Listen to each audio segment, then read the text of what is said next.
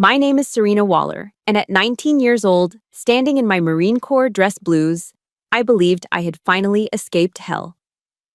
The promotion ceremony stage at Camp Lejeune was the pinnacle of honor, proof that I wasn't the invisible shadow my family in Charleston had always wanted me to be. But as my name was called, my stepbrother, Jacob, walked in. In front of my entire command, he rushed the stage and drove his knee into my stomach. The pain was searing, but it was nothing compared to the warm gush of blood that began to spread, staining my pristine white belt crimson. The child I was carrying, my tiny secret hope, was dying on the very stage of my triumph. Amid the dead silence, I looked to my mother, searching for salvation. She just stared at the floor. And then Jacob roared. She deserved it. She's a disgrace to this family.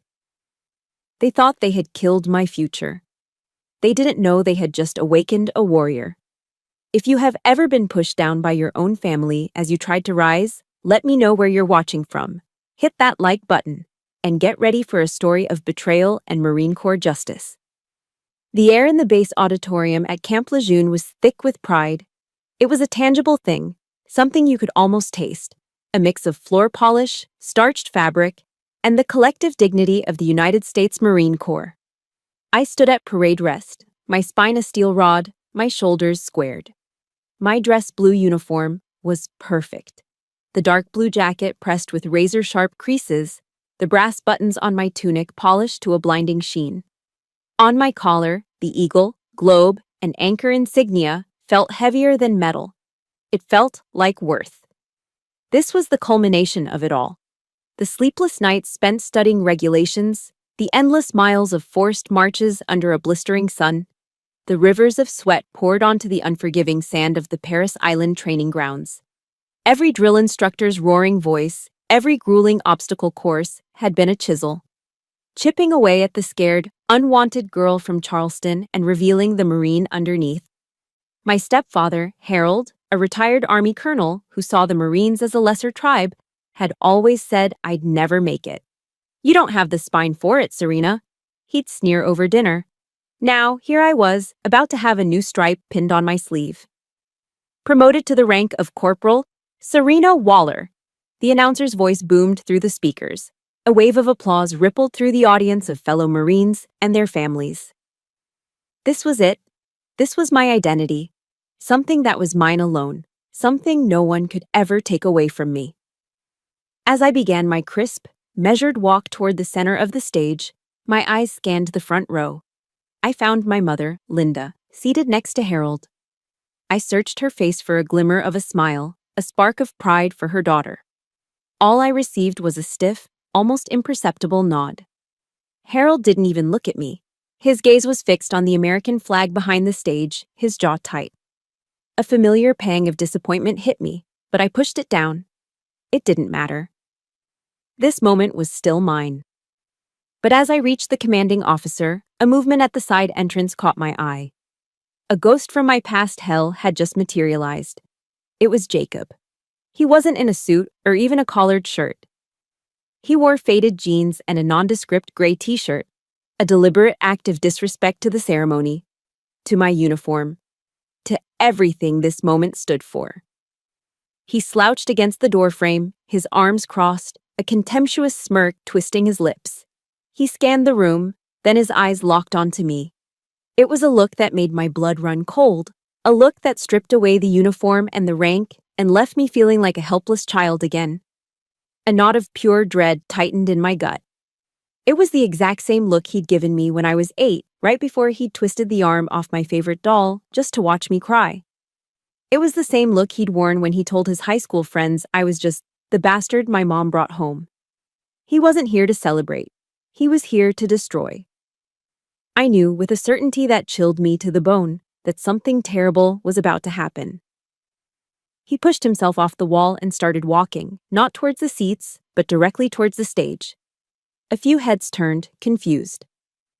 My commanding officer paused, his hand hovering over the new chevrons.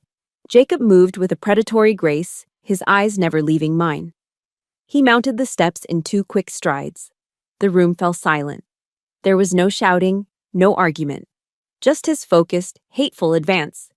Time seemed to warp, stretching and thinning until all I could hear was the frantic pounding of my own heart against my ribs. Then, it happened. His motion was brutally efficient. There was no shove, no preamble. He closed the last few feet between us and drove his knee, hard, into my abdomen. A guttural oof sound escaped my lips, as the air was violently forced from my lungs. The pain was immediate and blinding. A white-hot explosion that felt like an iron fist crushing my insides. My vision swam with black spots. My knees buckled, and I crumpled to the polished floor, my formal white cover tumbling from my head and rolling away. Then came a new sensation. A sickening, warm wetness spreading through the fabric of my uniform. I looked down. A dark stain was blossoming against the pristine white of my ceremonial belt. A horrifying crimson flower. It wasn't just blood. It was my future. My secret.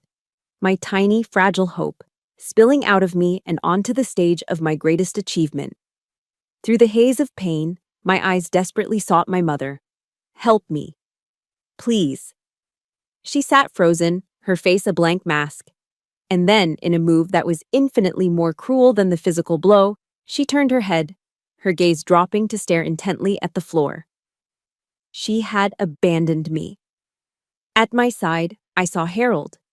He wasn't looking at Jacob with rage. His hands were clenched into tight fists, his knuckles white, his expression one of pure fury. Directed at me. He was angry that I had caused this scene. A collective gasp went through the auditorium, a wave of shock that was quickly swallowed by a stunned, heavy silence. In that silence, every eye was on me. The fallen Marine. The spectacle of shame. The pain of the attack was immense, but the humiliation was a physical weight, pressing me down, suffocating me. Then Jacob's voice, a triumphant roar that shattered the stillness, echoed through the hall. She deserved it. She's a disgrace to this family. Before the words had even finished echoing, a figure moved with disciplined speed.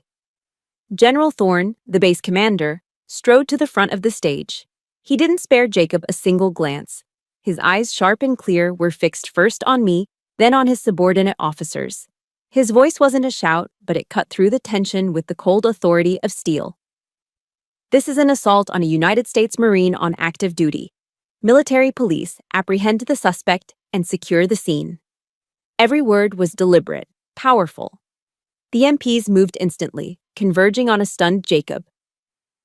General Thorne's gaze returned to me, his expression unreadable, but his voice unwavering. And get a corpsman up here now. We have a Marine down. A Marine down. Not a disgrace, not a family problem. A Marine. In that moment of absolute betrayal from my own blood, that one phrase from a stranger was a lifeline. It was a declaration that I belonged to a different family now. A family that did not turn away. A family that, under the code of Semper Fidelis, was always faithful. And they were about to prove it. The sterile white of the hospital room was a blank canvas, and against my will, memory began to paint. The rhythmic beep of the heart monitor was a cruel metronome, counting out the seconds and dragging me back to a time when hope, not pain, was the thing that made my chest ache. The attack on the stage hadn't just broken my body, it had shattered a lock on a room in my mind I had tried so hard to keep sealed. A room filled with the ghosts of every humiliation that had led me there. The most vivid ghost was from my high school graduation day. I had been named valedictorian, the #1 student in a class of over 400. For months I'd poured my soul into that achievement, fueled by an almost desperate need to create a success so undeniable, so public, that even my stepfather, Harold, would be forced to acknowledge it. I spent countless nights hunched over my desk, rewriting my commencement speech until every word shone. I wanted it to be perfect. For them. For me. I'd used the money from my part-time job at a local bookstore to buy a simple white dress. It wasn't fancy, but it was mine. It was clean and bright and felt like a fresh start. Standing on that podium, looking out at the sea of faces, I saw my mother dabbing at her eyes with a tissue. For one fragile, foolish moment, a spark of hope ignited in my chest. I thought, this is it. This is the time it changes. I believed that my achievement was finally big enough for them to see me, truly see me, past the long, eclipsing shadow of my stepbrother, Jacob. That hope lasted for the duration of the car ride home. When we pulled into the driveway, I saw the party was already in full swing in our backyard. But something was wrong. The balloons tied to the deck railing weren't the school colors of blue and gold. They were green and silver, the colors of Jacob's varsity football team. A massive banner was strung between two oak trees, and in huge, professionally painted letters, it read, "Congratulations to our future champion." My heart sank. Harold, a beer in hand, had his arm slung around Jacob's shoulders. He was holding court with a group of his friends, his voice booming across the yard. "Full ride scholarship, I'm telling you.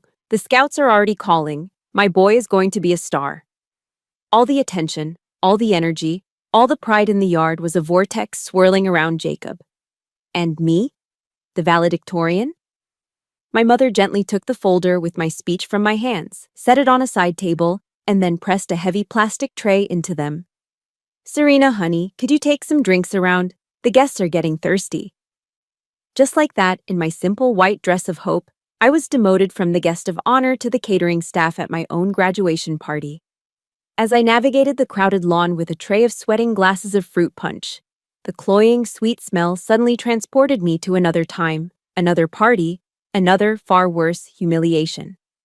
The memory hit me with the force of a physical blow. It was Thanksgiving, 2 years earlier. The whole extended family was there. The dining room table was gleaming, laden with the classic American feast: a golden brown turkey, stuffing, mashed potatoes, and the deep, rich red of my mother's famous cranberry sauce. I had just served myself a slice of turkey when Jacob, sitting across from me, leaned forward. He didn't say a word. He just locked his eyes on mine, a slow, malicious smirk spreading across his face. And then he did it.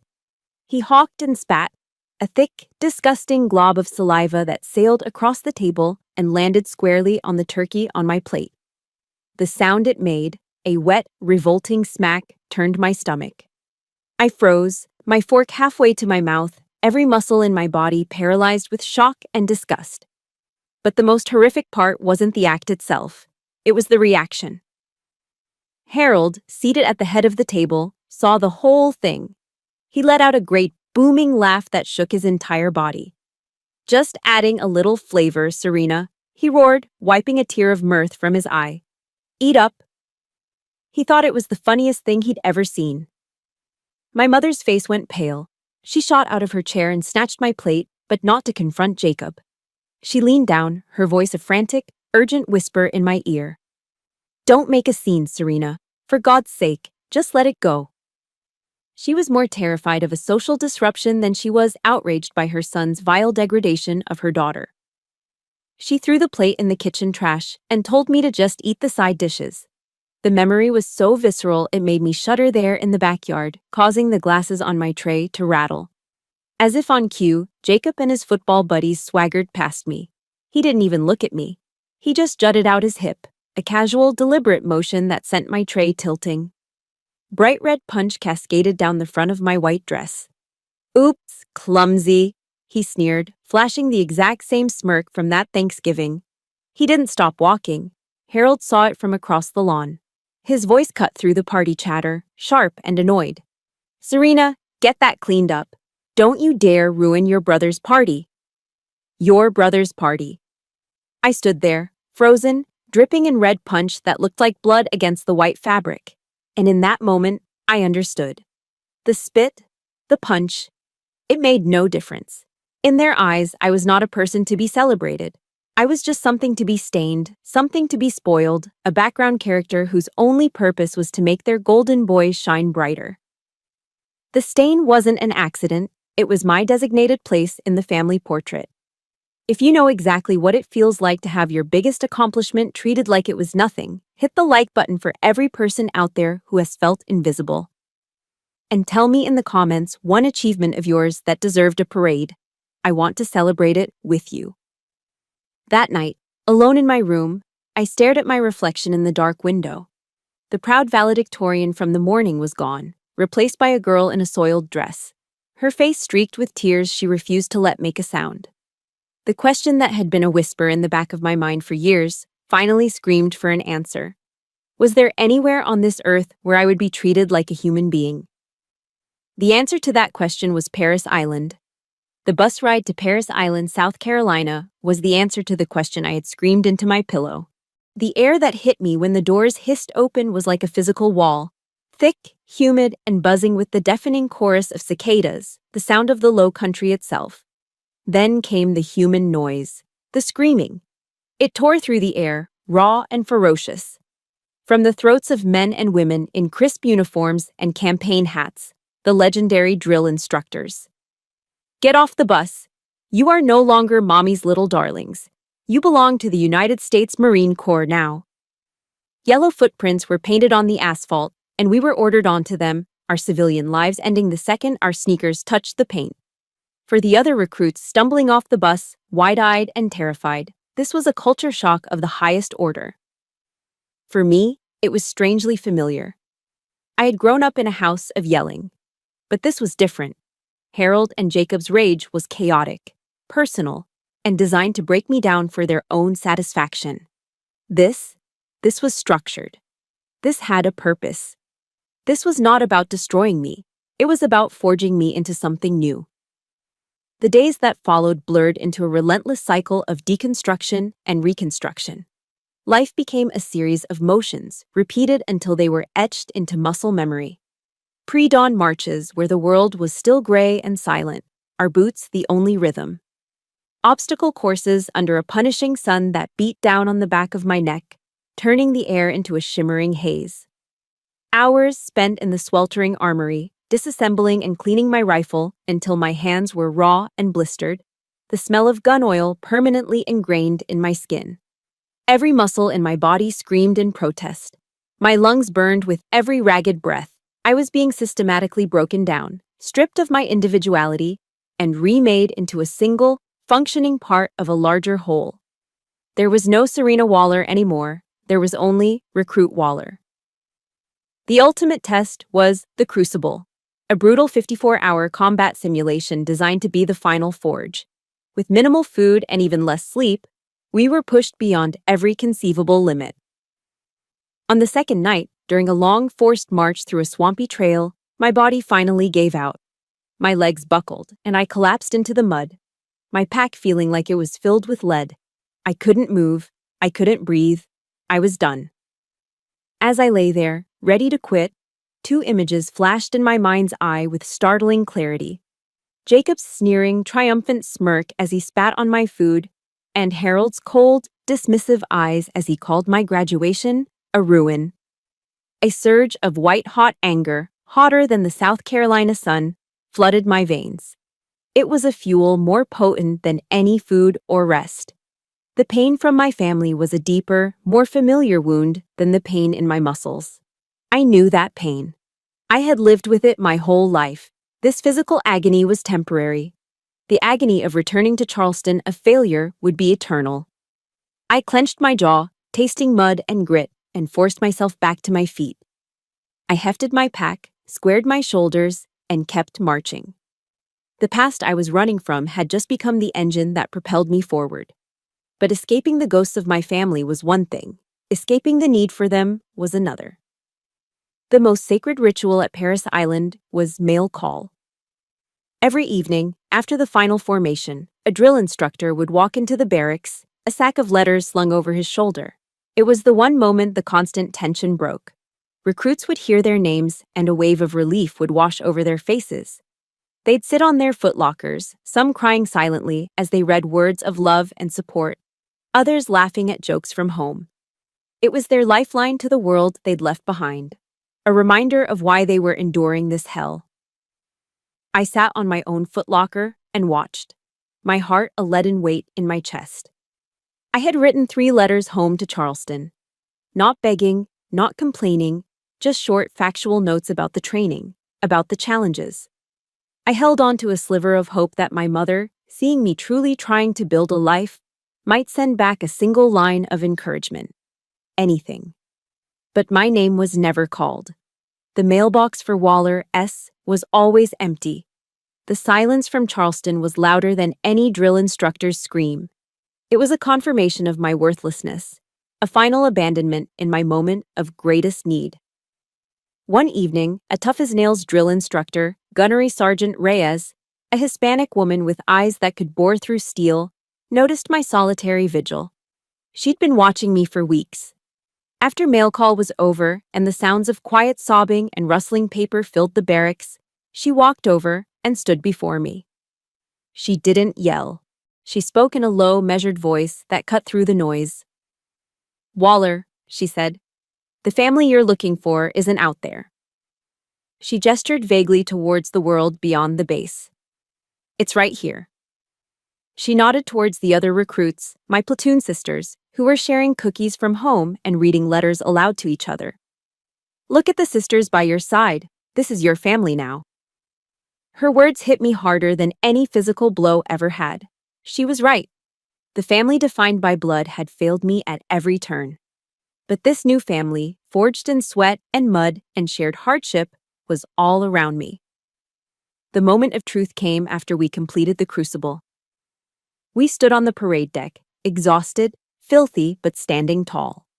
One by one, our drill instructors, the same people who had screamed us into dust for weeks, now approached us with a look of profound respect. Gunnery Sergeant Reyes stopped in front of me. In her hand, she held the sacred symbol we had bled for: the eagle, globe, and anchor. She looked me straight in the eye. "Welcome to the Brotherhood, Marine," she said, her voice thick with emotion. As she pressed the sharp pins of the insignia into the collar of my uniform, a pain I barely registered, something inside me finally broke. Tears, hot and uncontrollable, streamed down my face for the first time in 13 weeks. They weren't tears of sadness or pain. They were tears of arrival. For the first time in my entire life, I felt like I belonged somewhere. This uniform was my home. These women were my sisters. I had found my honor, my identity, and my family. Not in the manicured lawns of Charleston, but here, in the camaraderie forged by sweat and blood. Leaving Paris Island was like stepping out of a forge and into the real world again. I was posted to Camp Lejeune in North Carolina, assigned to a communications unit. The constant, high-stakes pressure of boot camp was replaced by the focused, technical demands of my job. The screaming of drill instructors faded, replaced by the crackle of radio static and the quiet hum of servers. Here, value wasn't measured in how much you could endure, but in how well you did your job and how much your fellow Marines could count on you. It was in this new, structured quiet that I began to cautiously unfurl the parts of myself I had kept locked down for years. It was here I met my first real friends. There was Maria, a fast-talking, perpetually cheerful Marine from a small town in Texas, who put Tabasco hot sauce on everything from her eggs to her apple pie, and wasn't afraid to tell a captain he was wrong. And then there was Ben, a quiet, steady guy from rural Ohio who could fix anything with a Leatherman and a roll of duct tape. He spoke in half sentences but could communicate more with a single nod than most people could with a full speech. They were my team. They didn't ask me about my family or where I came from. In the Corps, your past is less important than your present performance. They accepted me for the Marine I was, quiet, diligent, and utterly reliable. For the first time, I was part of a group where my worth was simply a given. I did my job, I had their backs, and they had mine. It was a simple, clean transaction of trust, and it felt more like home than my actual home ever had. My 19th birthday fell on a Tuesday. I didn't mention it to anyone. Birthdays in Harold's house were a non-event for me, usually forgotten, because they coincided with one of Jacob's football games or some other, more important family matter. I expected the day to pass just like any other: morning PT, a 12-hour shift, and then back to the barracks. That evening, when I pushed open the door to my barracks room, it was pitch black. The light switch didn't work. My Paris Island training kicked in instantly. My body tensed, my senses went on high alert, and I instinctively dropped into a low, defensive crouch. My mind raced through threat assessments. Suddenly, the lights flickered on. Standing in the middle of the small room were Maria, Ben, and a half dozen other Marines from our unit. They were huddled around a cardboard box from the local pizza joint and were in the middle of a terribly off-key rendition of Happy Birthday. I just stood there, frozen in my defensive stance, blinking in the sudden light like a startled animal. I didn't know what to do. I'd never had a surprise party. I'd never had any kind of party. Maria, laughing at my reaction, came over and pulled me up.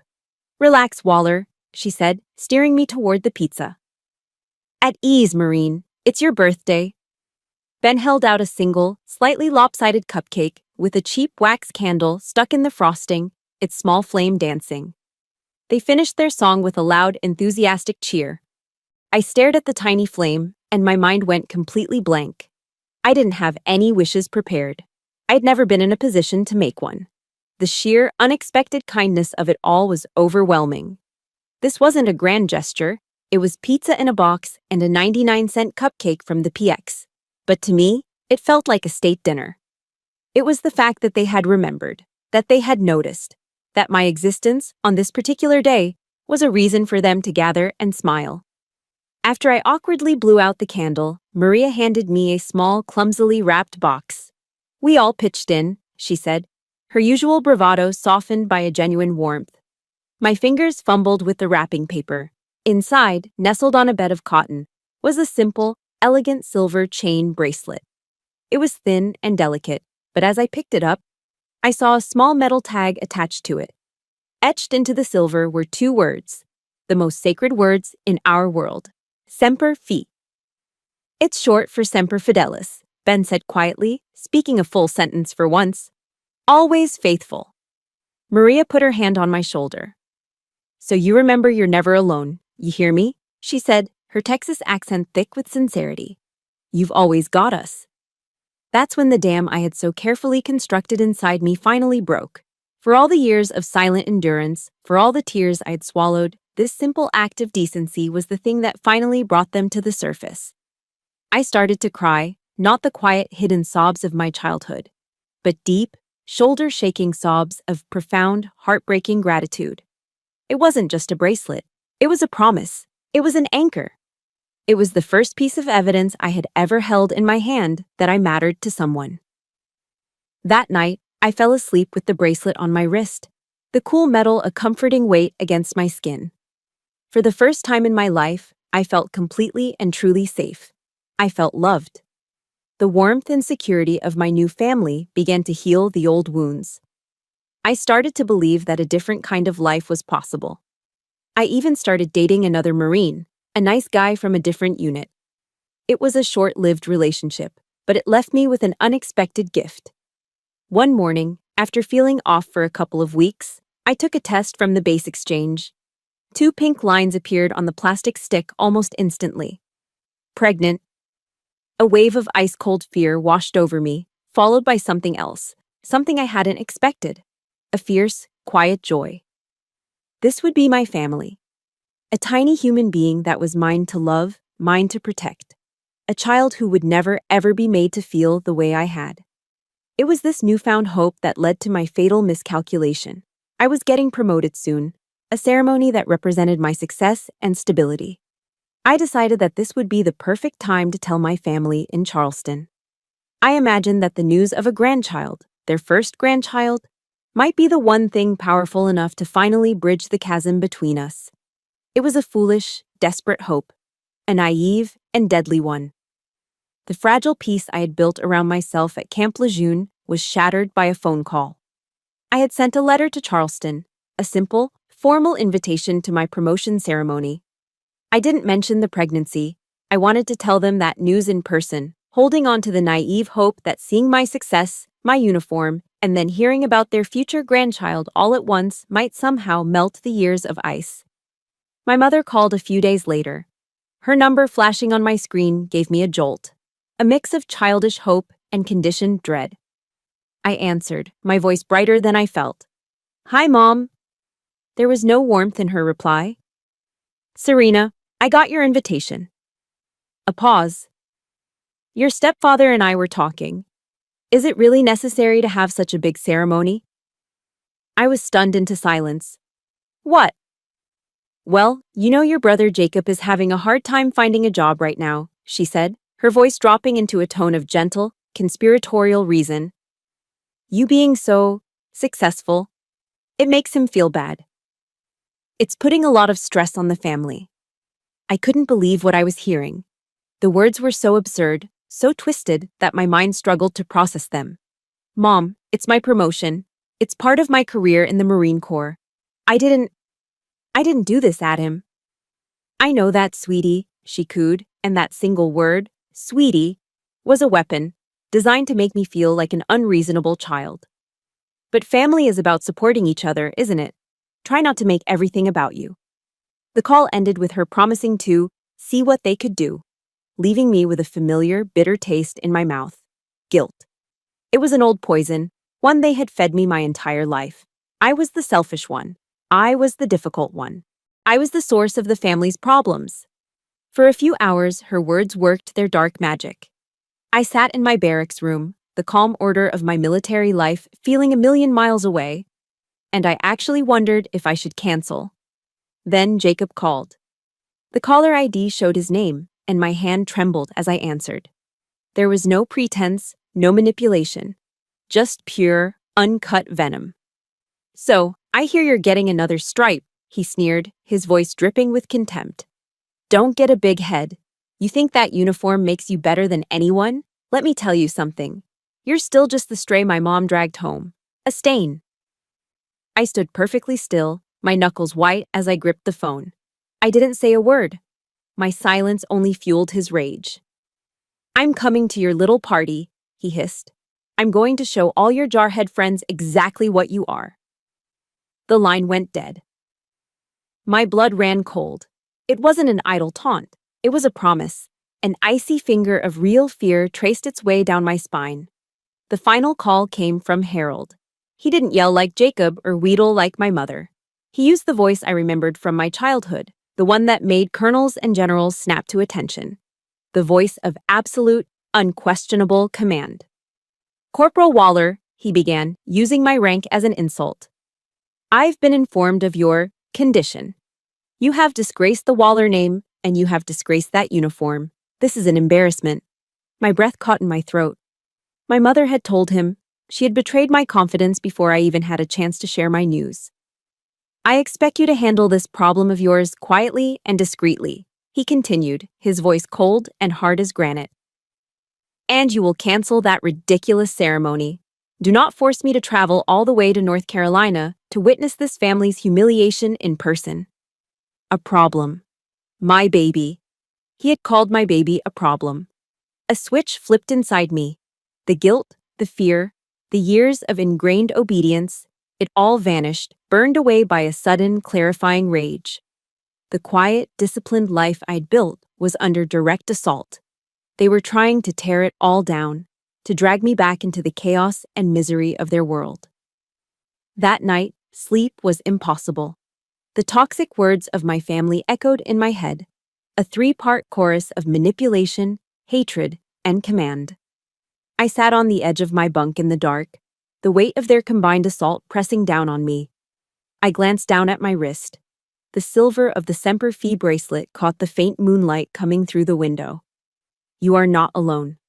Maria's voice. This is your family now. Gunnery Sergeant Reyes's words. They were right. I was not that scared little girl anymore. I was a United States Marine. And a Marine never goes into a fight unprepared. My mind flashed back to a lesson from intelligence training at boot camp. Your best weapon, the instructor had said, is credible evidence. Information is ammunition. The next morning, I felt a cold, hard resolve settle in my gut. After my shift, I took a bus off base to a strip mall in Jacksonville. I walked into an electronics store and bought a small, powerful digital voice recorder, the kind journalists use. Then I went to a cell phone kiosk and had them install a call recording app on my phone, one that activated automatically. Walking back to the base, the weight of the small device in my pocket felt significant. It felt like the cold, reassuring weight of a weapon. I didn't know exactly how or when I would use this ammunition. But I knew one thing with absolute certainty. I was done being a silent victim. I was done letting them control the narrative. From this moment on, every word they used against me would be recorded. Every threat, every lie, every manipulative whisper. The war had begun. In the few days leading up to the promotion ceremony, I tried to build a wall around my mind. I focused on my duties, the familiar, grounding rhythm of work. I went to the chow hall for dinner with Maria and Ben, letting their easy banter wash over me, trying to soak in the normalcy, the simple peace of their friendship. They could tell something was wrong. My smiles were tight, my shoulders tense. Ben, in his quiet, observant way, finally broke the silence one evening over a plate of Salisbury steak. "Everything okay, Waller?" he asked, his eyes full of a concern that was all the more powerful for its rarity. I forced a shrug, pushing mashed potatoes around my plate. "Just family stuff," I mumbled, the words feeling heavy and inadequate. Maria reached across the table and squeezed my hand, her grip firm and reassuring. "Hey," she said, her usual boisterous energy softening. "You remember what we told you? We're your family here. You got us." Her words were a small shield, a momentary reprieve from the anxiety that was coiling in my gut. But even with their support, I couldn't shake the feeling of impending doom. The storm was coming. It broke the night before the ceremony. My phone rang, and my mother's name lit up the screen. I let it ring twice before answering, my heart hammering against my ribs. This time, her voice wasn't manipulative or cloying. It was raw, undiluted panic. "Serena, listen to me. Jacob is on his way there. He left a few hours ago. He's furious, Serena. Please, for my sake, call your commanding officer. Tell them you're sick. Just cancel the ceremony. Please." A cold, hard calm settled over me. The fear was gone, replaced by something solid and unyielding. "No, Mom," I said, my voice even. "I'm not canceling. I earned this." Her panic dissolved into hysterical, wheezing sobs. "Why are you so stubborn? Why do you have to be so difficult? He's your brother. He's just a little hot-headed, that's all. You're going to ruin his future. You're destroying this family." Hot-headed. The phrase echoed in the chambers of my memory, unlocking a flood of buried images. I took a slow, deep breath, the air feeling sharp in my lungs. My voice, when I spoke, was dangerously quiet. "Mom," I began, the words measured and precise. "I was 14 when his hot head pushed me down a flight of stairs and sprained my wrist. I've spent 19 years being shamed and humiliated by his hot head. Right now, I'm carrying your grandchild, and you are on this phone begging me to hide, to run away, to protect the man who has threatened both me and this baby." A choked, desperate sound came from her end of the line. But he's Harold's son." That was it. That was the line. The final, clarifying truth. It wasn't about me, or Jacob, or even the baby. It was about him. Harold. The patriarch, the commander, whose golden boy could do no wrong. In that moment, something inside me didn't just break. It vaporized. The last lingering thread of hope for a mother's love, a hope I didn't even know I was still clinging to, turned to ash. There was no grief. There was no sadness. There was only the clean, cold emptiness of space, a void where a heart used to be. My voice when I spoke again was sharp and final. "Enough," I said. "I've heard enough." I ended the call. The silence that followed was absolute. I walked into the small bathroom, my movements stiff and robotic, and flicked on the light. I stared at my reflection in the mirror over the sink. I expected to see a scared, tear-streaked girl on the verge of collapse. But that's not who was looking back at me. The woman in the mirror had eyes that were not afraid. They were cold, hard, and blazing with a fire I had never seen before. Her jaw was set, her back was straight. I wasn't looking at Serena Waller, the victim. I was looking at Corporal Waller, United States Marine. And in that instant, I realized the fatal miscalculation they had all made. For years, they had treated me like prey, like a timid sheep to be herded and tormented for their amusement. They had cornered me, pushed me, and threatened me. thinking I would eventually just lie down and break. They never realized they weren't cornering a sheep. They had just backed a wolf into a corner. If you have ever had a moment in your life where you finally said, "Enough is enough," hit that like button to stand with everyone who found their strength. And if you believe I made the right choice, comment with a simple warrior below. I want to know you're with me. My hand reached for my phone, steady and sure. There was no hesitation, no second guessing. I scrolled through my contacts, bypassing Maria and Ben, bypassing everyone in my chain of command. I went straight to the top. I found the number for the office of the commanding general of the base, General Thorne. I knew it was an incredible breach of protocol, a leap over a dozen ranks. But this was an extraordinary situation. This was no longer a family squabble. This was a direct threat against a Marine on his base. I wasn't going to wait to be a casualty. I was reporting an imminent threat. The battle was coming, but it would be fought on my terms. The call from General Thorne's office came the morning of the ceremony. It was delivered by a stern-faced gunnery sergeant, and it was a summons, not an invitation. My heart hammered against my ribs. I had broken the chain of command in the most dramatic way possible. I had leaped over captains, majors, and colonels to get to the top. I walked across the base to the command building, my back ramrod straight, my mind preparing for a formal reprimand, or worse. General Thorne's office was exactly as you'd imagine, large and imposing, the walls adorned with commendations, ceremonial swords, and the proud flags of the United States and the Marine Corps. He wasn't sitting behind his massive mahogany desk. He was standing by the window, looking out over the parade grounds. He turned as I entered, and his expression wasn't angry. It was serious, unreadable. He gestured to one of the leather chairs in front of his desk. "Sit down, Corporal." I sat, my hands clasped tightly in my lap to keep them from shaking. "Corporal Waller," he began, his voice calm and even. "Report." It wasn't a question. It was a command. And my training took over.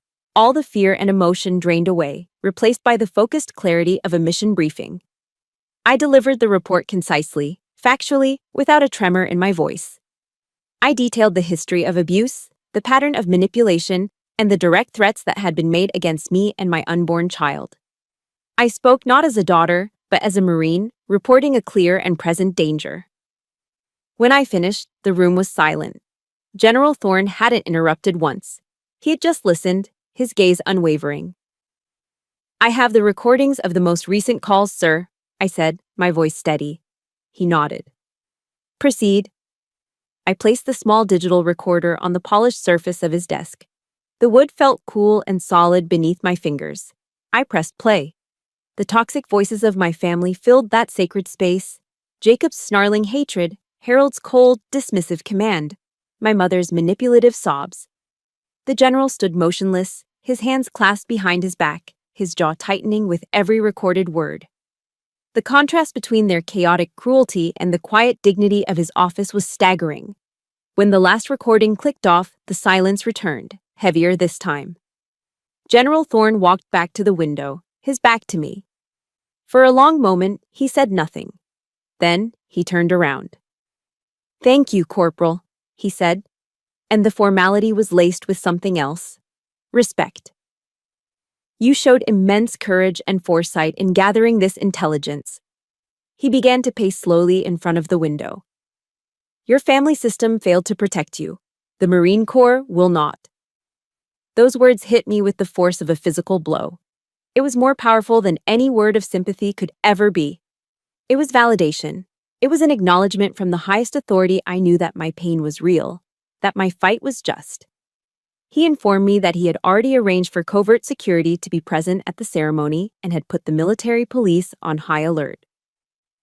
The tragic events of that day unfolded just as I had feared. But the general's foresight meant that when Jacob attacked, the response was immediate and overwhelming. My next clear memory is of the sterile white walls of the Naval Hospital. The physical pain was a dull, throbbing ache, but the emotional pain was a gaping wound. I had lost the baby. I had lost my family. I had lost everything on that stage. But as the fog of grief and medication began to lift, a cold, hard resolve took its place. I remembered the serenity prayer, one my grandmother used to recite. God, grant me the serenity to accept the things I cannot change, the courage to change the things I can, and the wisdom to know the difference. I couldn't change what they were. I couldn't change what they had done. But I could change what happened next. I asked Maria and Ben to bring my laptop from the barracks. With their quiet, unwavering support, I began the real work. I became a soldier preparing her arsenal. I spent hours listening to the recordings again, but this time, I wasn't a victim reliving the trauma. I was an analyst, a detective. I transcribed every call, timestamping each threat, highlighting every admission of past abuse. The process was agonizing. Every word was a fresh cut. But with every piece of data I logged, a sense of control began to seep back into me. I was no longer drowning in the chaos of their abuse. I was mapping it, defining it, turning it into a weapon. I wrote a detailed, chronological statement documenting every incident I could remember, from the broken doll to the spit on my Thanksgiving plate to the stolen graduation party. I transformed the messy, chaotic pain of my past into a structured, orderly case file. My grief was the fuel, but discipline was the engine. A few days later, General Thorne came to visit me in the hospital. He wasn't alone. With him was a woman in the crisp uniform of a Marine captain. Her collar bore the insignia of the Judge Advocate General's Corps, the JAG. She was sharp, with intelligent eyes and an air of confidence that was both calming and formidable. "Corporal Waller," the general said, "this is Captain Jessica Morales. She's one of our finest prosecutors." He paused, then added, "She requested to take your case personally." Captain Morales stepped forward and offered a small, knowing smile. It wasn't a smile of pity, it was a smile of understanding. "Serena," she said, dropping the formalities and making it clear this was more than just a case. "I've been where you are. My family didn't believe me either." She looked me straight in the eye, and in her gaze I saw a reflection of my own fire. "We're going to win this fight. Not as a lawyer and a client, as Marines." The court-martial was held in a formal, sterile room on base that smelled of old wood and institutional polish. It was a space built for cold, hard facts.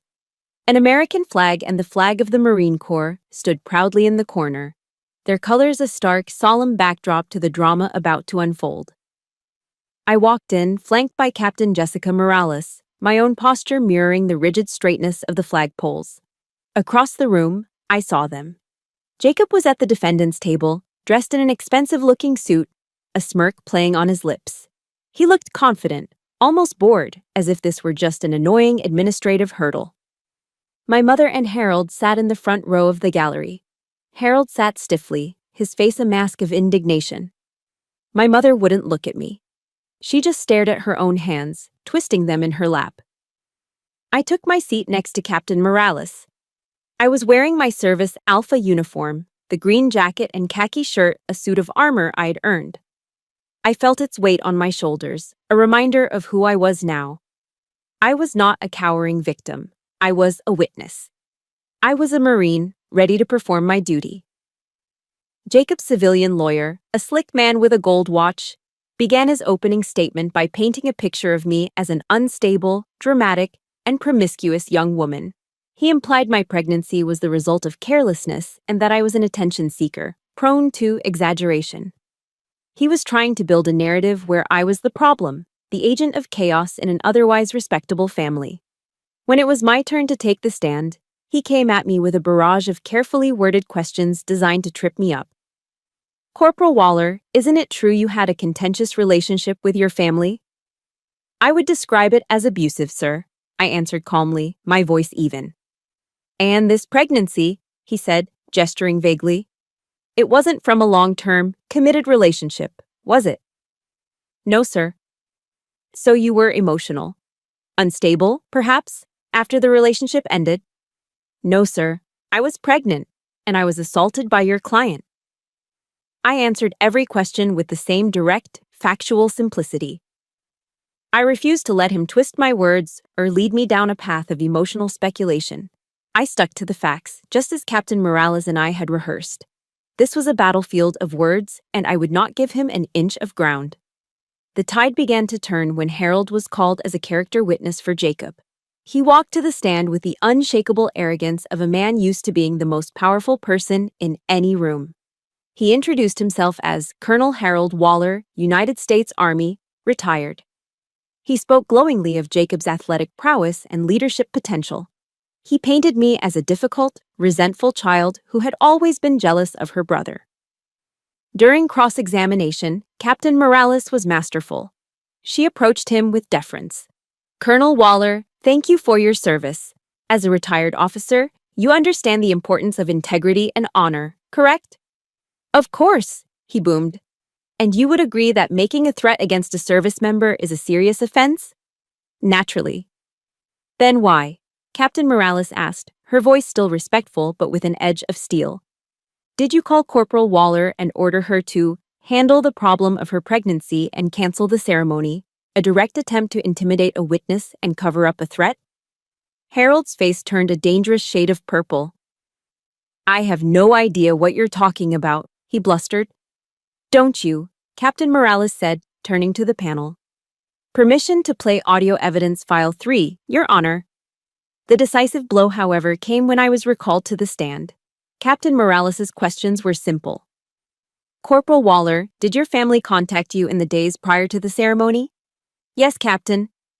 "Did they pressure you to cancel the event?" "Yes, Captain." "What did they say?" Jacob's lawyer shot to his feet. "Objection! Hearsay!" "Your Honor," Captain Morales said smoothly, "it's not hearsay if we have it on tape." She nodded to the tech sergeant. And then, the secret weapon was deployed. The recordings.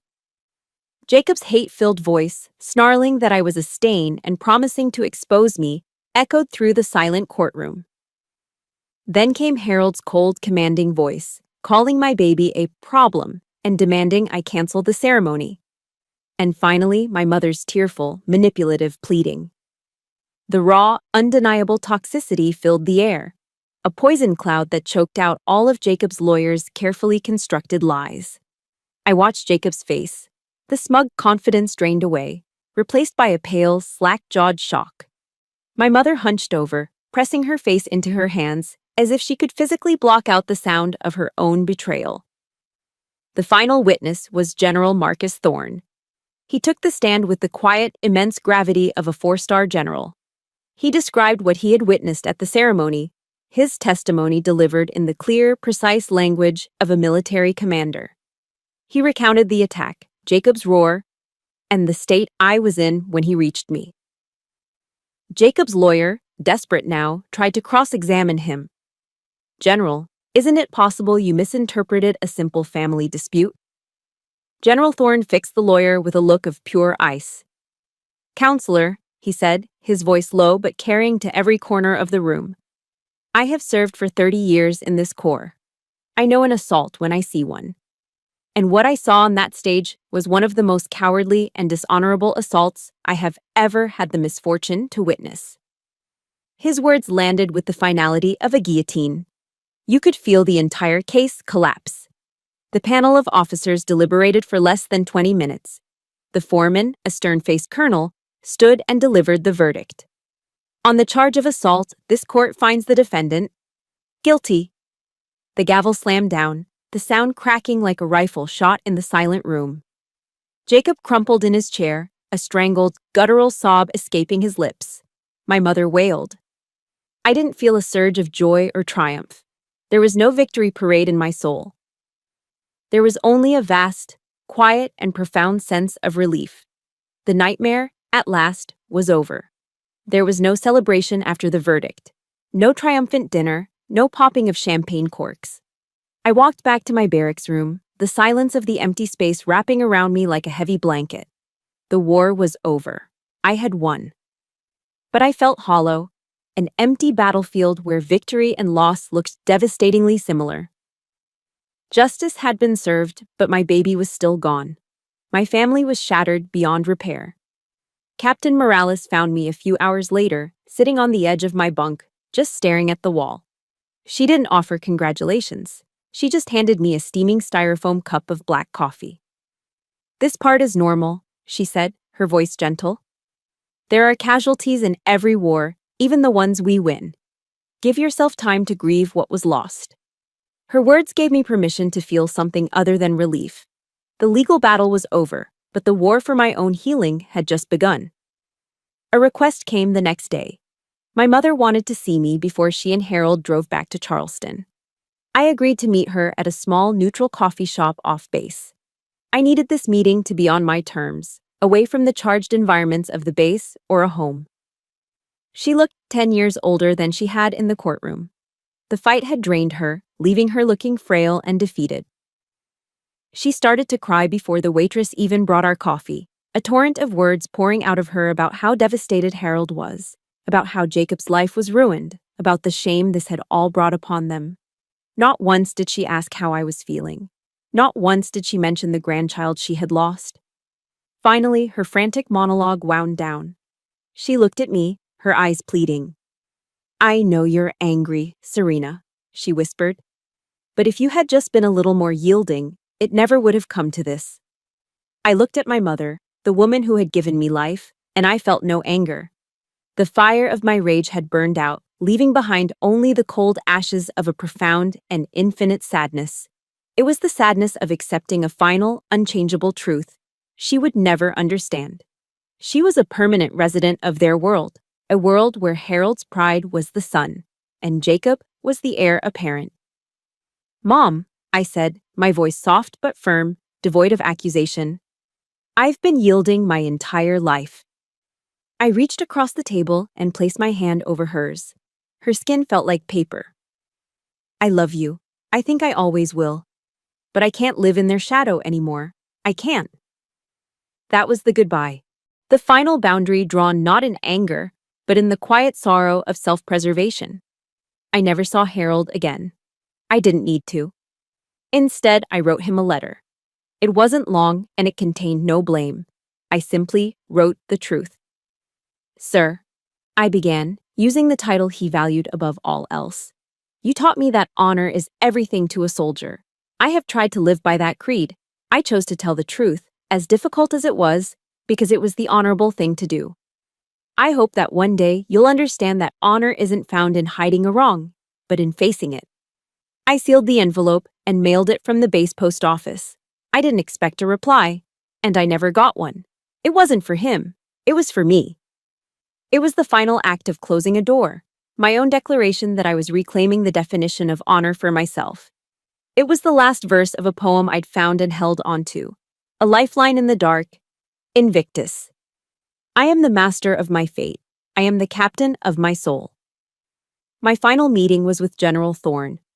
I stood before his desk once more, but this time it was to submit my request for an honorable discharge.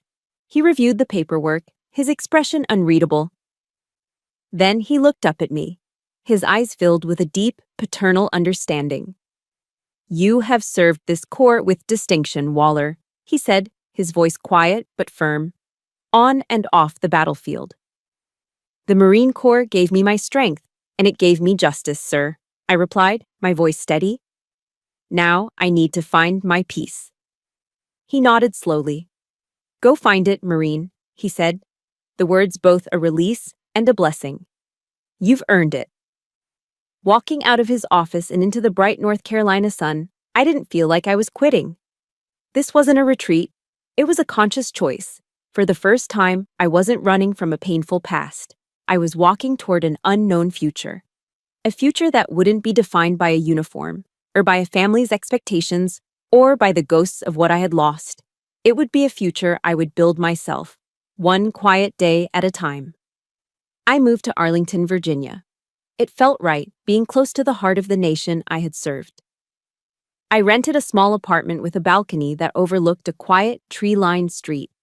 The peace was a stark contrast to the rigid order of the barracks and the suffocating tension of my childhood home.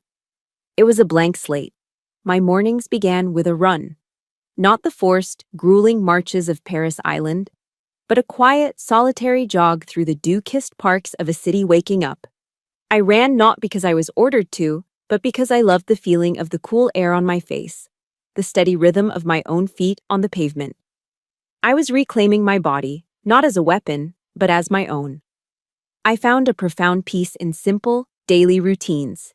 The rich aroma of brewing coffee, the quiet rustle of pages in a book, the silent respect of visiting the city's monuments. One crisp autumn afternoon, I took the metro to Arlington National Cemetery.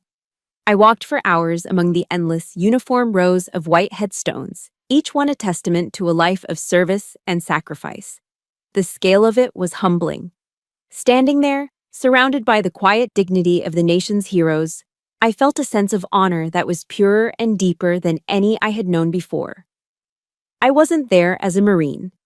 I was there as a citizen, a survivor, paying my respects. I found a quiet, sun-dappled patch of grass, and I placed a single white rose upon it. It was a silent, private farewell to the child I never got to meet, a final acknowledgement of a life that was, however brief, a part of my own story.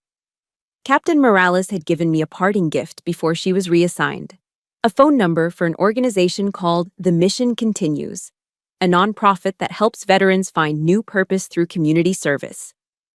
On a whim, I called. I started volunteering, just doing administrative work, filing papers, and answering phones in their DC office. I didn't talk about my past, I just wanted to be useful. The office ran a support group for female veterans who had experienced trauma. I sat in on a few meetings, just listening from the back of the room. I heard stories of combat, of loss, of struggles to readjust to civilian life. I heard echoes of my own pain in their voices. One evening, the group facilitator, a kind-eyed former Air Force captain, looked at me. "Serena," she said gently, "would you like to share?" My heart hammered in my chest. But looking at the faces of the women around me, I saw not judgment, but a deep, shared understanding. For the first time, I told my story. The words came out haltingly at first, my throat tight with unshed tears. But as I spoke, I saw the women nodding. I saw tears of empathy in their eyes. And in that moment, I realized my story had a power I never knew. It wasn't just my pain anymore. It was a mirror, reflecting their own struggles back at them, showing them they weren't alone.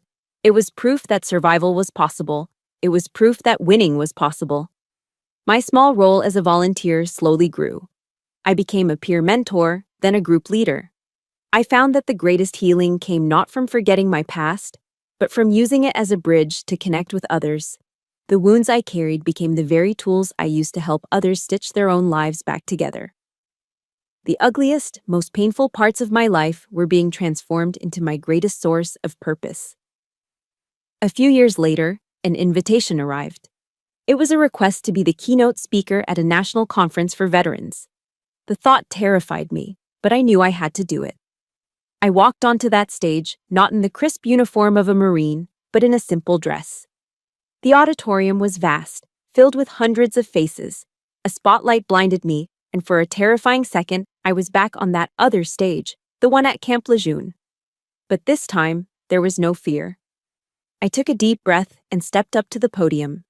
The hall fell silent. The last time I stood on a stage like this, I began, my voice clear and steady, amplified by the microphone. I lost everything. I told them my story, all of it, not with the anger of a victim, but with the calm clarity of a survivor who had navigated the darkness and found her own way into the light. The story ends here, but my life did not. It began. This morning, I woke before the sun. I stood on the balcony of my small Arlington apartment, a warm mug of coffee in my hands. I watched as the first rays of dawn crept over the horizon, catching the iconic dome of the U.S. Capitol building in the distance and setting it ablaze with golden light.